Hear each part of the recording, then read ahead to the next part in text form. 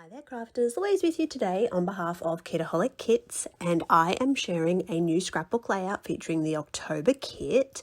And this paper, initially when I pulled it out, I definitely knew that I had to use it, but it took me a little bit of looking at it to actually decide what I wanted to do.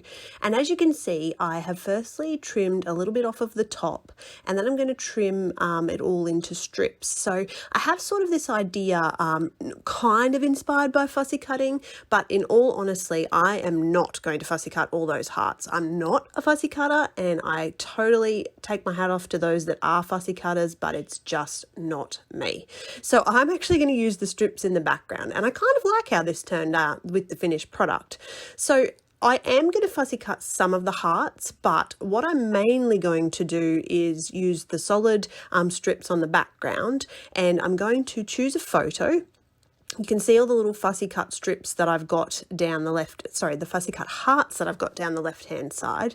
I've chosen a recent photo of my mum and I together.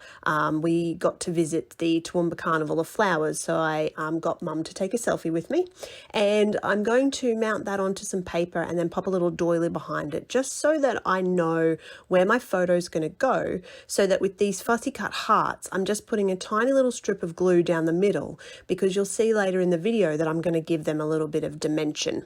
So not too much glue, otherwise you won't be able to lift them. And then what I'm going to do is let them dry, and then off camera I'm going to go ahead and stitch down the middle of those hearts with my sewing machine.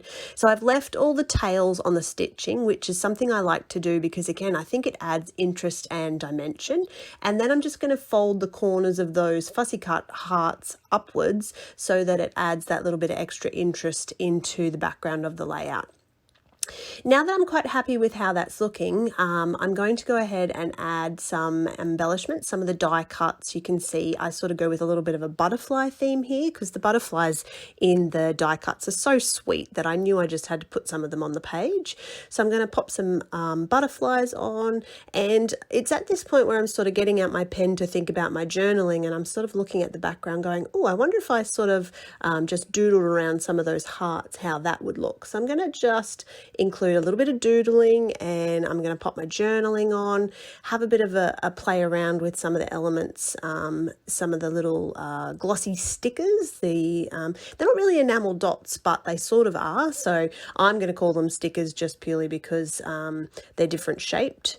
Now this layout, because the background was so busy, I didn't need to add too much to it. Obviously I want the photo to tell the story, but I also want that background to enhance what I've built in those layers. So I didn't add any mixed media, I didn't add any splatters or anything. The background was purely just about the hearts and the stitching. So now that I'm happy with the layers of my photo, I'm just going to mount that up on a little bit of cardboard so that it just sits a little bit higher off those layers. But otherwise, this layout is all complete. So thank you for watching. I hope that you enjoyed that layout from me. And if you scrap lift this page, I would love to see your take on it.